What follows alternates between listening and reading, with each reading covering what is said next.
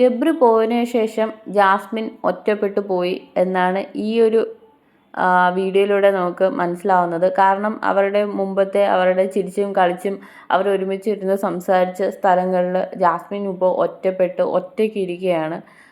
വേറെ ആരും കൂടില്ലാതെ ഒറ്റയ്ക്കിരിക്കുകയാണ്. കാരണം ആ ഒരു വീട്ടിൽ തന്നെ ജാസ്മിന് ഏറ്റവും കണക്റ്റഡ് ആയിരിക്കുന്ന വ്യക്തി ഗബ്രിയാണ്. ആ ഒരു വ്യക്തി പുറത്തു പോകുമ്പോൾ ആ ഒറ്റപ്പെടൽ എന്തായാലും കാണും. അപ്പം ഇപ്പോഴത്തെ ലൈവിൽ നമ്മൾ കാണുന്നുണ്ട് ജാസ്മിൻ അവരുടെ രണ്ടുപേരുടെയും ഫോട്ടോ, ജാസ്മിൻ്റെയും അതുപോലെ തന്നെ ഗബ്രിയുടെയും ഫോട്ടോ എടുത്തുകൊണ്ട് വരുന്നു. ഗബ്രിയുടെ എന്തോ ഒരു സാധനത്തിൽ ജാസ്മിൻ സെൻറ്റിമെൻ്റായിട്ട് ഉമ്മ കൊടുക്കുന്നു.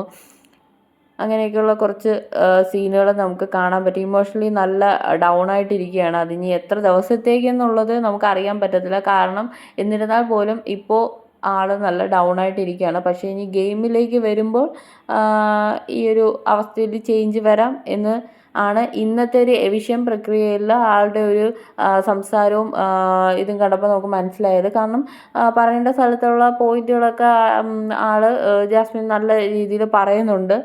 ചോദിക്കുന്ന ചോദ്യത്തിനൊക്കെ നല്ല പെർഫെക്റ്റ് ആയിട്ടുള്ള മറുപടി കൊടുക്കുന്നുണ്ട്, എല്ലാം ചെയ്യുന്നുണ്ട്.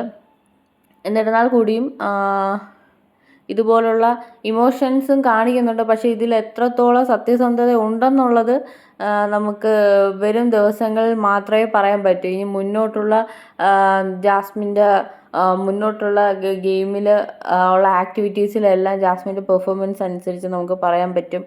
ഇപ്പോൾ എന്തായാലും ഗബ്രിയുടെ ഫോട്ടോയിൽ നോക്കി വിഷമിച്ചിരിക്കുന്ന ജാസ്മിനെയാണ് നമുക്ക് കാണാൻ പറ്റുന്നത്. അപ്പോൾ ഇനി അങ്ങോട്ടുള്ള ദിവസങ്ങളിൽ ഈ ഫോട്ടോ പൊടിയും പിടിച്ചൊരു മൂലയ്ക്കിരിക്കും. അത് ഇനി അങ്ങോട്ടുള്ള 100-ാം ദിവസത്തേക്കും ഈ ഫോട്ടോ ഇതുപോലെ കയ്യിൽ തന്നെ ഇരിക്കും എന്നുള്ളത് നമുക്ക് കണ്ടു നിന്ന് തന്നെ അറിയേണ്ടി വരും.